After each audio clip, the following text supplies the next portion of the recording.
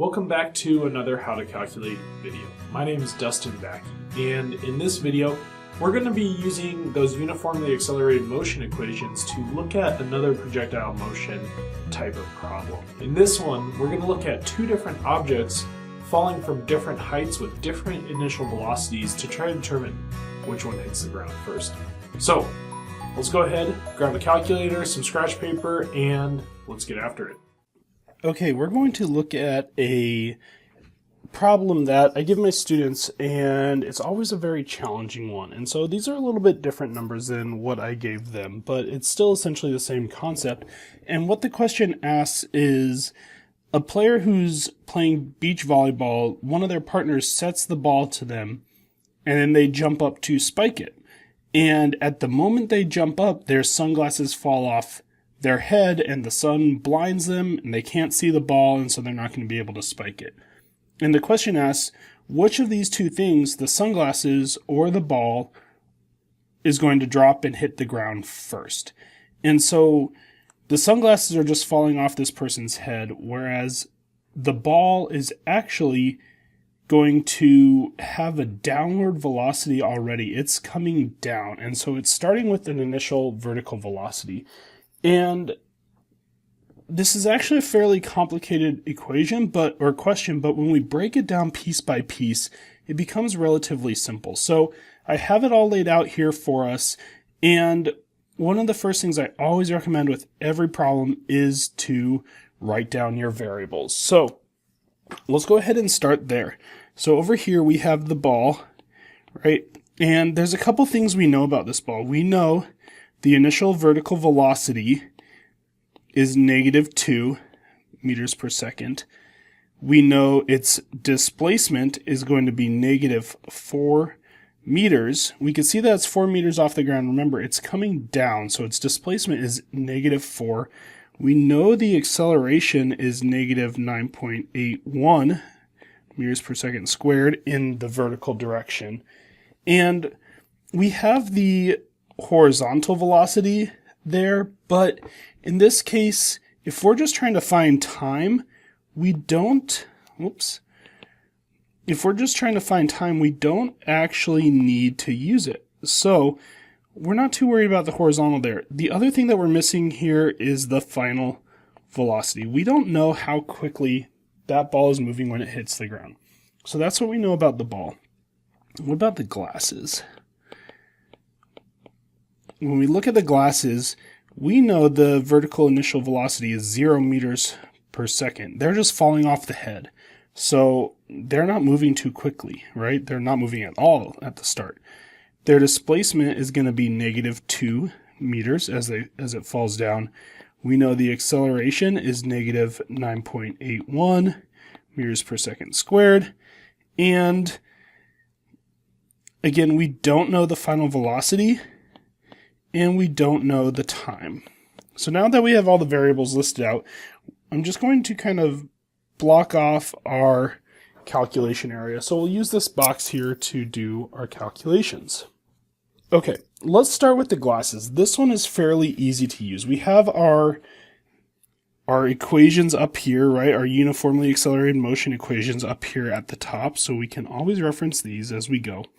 So we're going to just use this very first one right here to find the time for the glasses. And that's because we have displacement, we have VI of 0, and so that just cancels out this whole 0 part right there, or the VI times t gets canceled out, and we know acceleration. So we could find time with this one. Let's go ahead and write that down below. We have displacement equals VI t plus 0.5 AT squared. We know the displacement is -2. We know VI is 0 times t plus 0.5 times -9.81 times t squared. So let's break this down a little more. -2, 0 times t, this whole area right here, because anything times 0 becomes 0. We don't need to worry about it actually at all. So we are left here with that 0.5 times negative 9.81, which gives us negative 4.905 times t squared. And if we divide both sides by the negative 4.905 to isolate t, we are left with 0.408 equals t squared. And now we're going to take the square root of each of these, and we find that t equals 0.64 seconds. So we know how long that it's going to take. So we can actually come over here and let's go ahead and fill this in with a little bit of a different color here. Let's fill it in with this blue so we are able to find it later. 0.64 seconds. And we'll just underline it. Help us come back to it. All right, so finding the time the glasses take to hit the ground is fairly simple. Let's go ahead and we're going to erase this whole section of math, and then we're going to look at the volleyball. Okay, we're ready to look at the volleyball here, and we're trying to find time. So if we just kind of narrow down our equations, if we look at this first one here, the last one was easy to eliminate the first t, right? T time is in here twice. And if you know the quadratic formula and are able to do some advanced algebra, you can use this one. But for the purposes of this class and keeping things simple, I want to just use our basic algebra principles here. And since we have t in there twice, let's not use this first one. So we're just going to kind of cross it out here, say we can't use that one to find time. The other one with time is this bottom one down here, but we're missing both time and final velocity, so we can't use that one. So that leaves this one here, but it doesn't give us time. However, it does give us final velocity. And so we could use that final velocity down in this equation. So let's go ahead and do that here real quick. We're going to start off using this equation to find final velocity for the ball. So Vf squared equals Vi squared plus 2, plus 2AD. And we're going to be Vf squared equals negative 2 squared plus 2 times negative 9.81 times negative 4. All right. Let's go ahead and do the math on that. We're going to have Vf squared equals 4, a negative times a negative there, plus 78.48. So we have Vf squared equals 82.48, and we're going to take the square root of each of these to isolate Vf. We get the final velocity is going to be 9.19 meters per second. However, there's something important that we need to remember here with this one. I'm just going to make some room for this here real quick.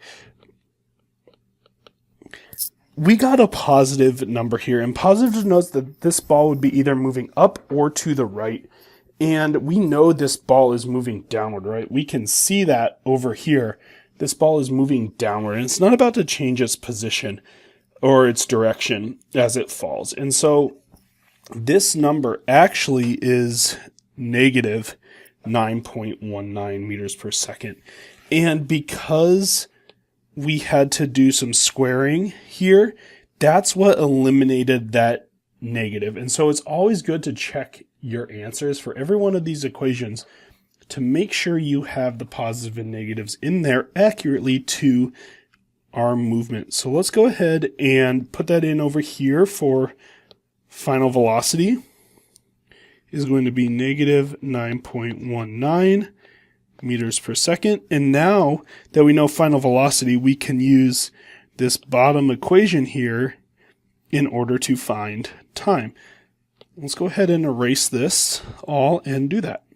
Okay, we're ready to finally find the time of the ball. So VF equals VI plus AT. We know that VF is negative 9.19 equals VI negative 2 plus negative 9.81 times T. Let's add 2 to both sides to clear that out, and we will be left with negative 7.19 equals negative 9.81 times T, and if we divide both sides by negative 9.81, we get 0.7 or 0.73 equals T. So let's go ahead and put this in. 0.73 seconds. Okay, so now we can answer that question. Which one of these hits the ground first? And we can see that the ball has a lower time than, or excuse me, the sunglasses here that I just highlighted has a lower time as compared to the ball, and so they will hit the ground first. It's important that we actually do the math on problems like this because it's really easy to say, well, that ball has a negative initial velocity, so it's going to hit the ground first. It's already moving. But that's not always the case. The problem that I gave my students in class actually has them, or has the ball hitting the ground first as compared to the glasses. So I changed the numbers a little bit here so that the glasses hit the ground first. And you can't tell just by looking. It's important to do the math on these things so that you can actually find the values to justify which one hits the ground first. In this scenario, the glasses hit the ground first. Hopefully this helps give you another nice equation to practice using projectile motion equations and those uniformly accelerated motion equations. And we'll catch you next time. Alright, thank you all for watching. Hopefully you know a bit more about biomechanics after that short video. I want to take a moment and just encourage you to subscribe to the channel to stay up to date on all these videos as they get posted, but the subscription also actually helps me out as well. So help support me, help stay up to date, hit that subscribe button. But I also want to take a moment and point out the 2 textbooks that you're seeing references to throughout this series.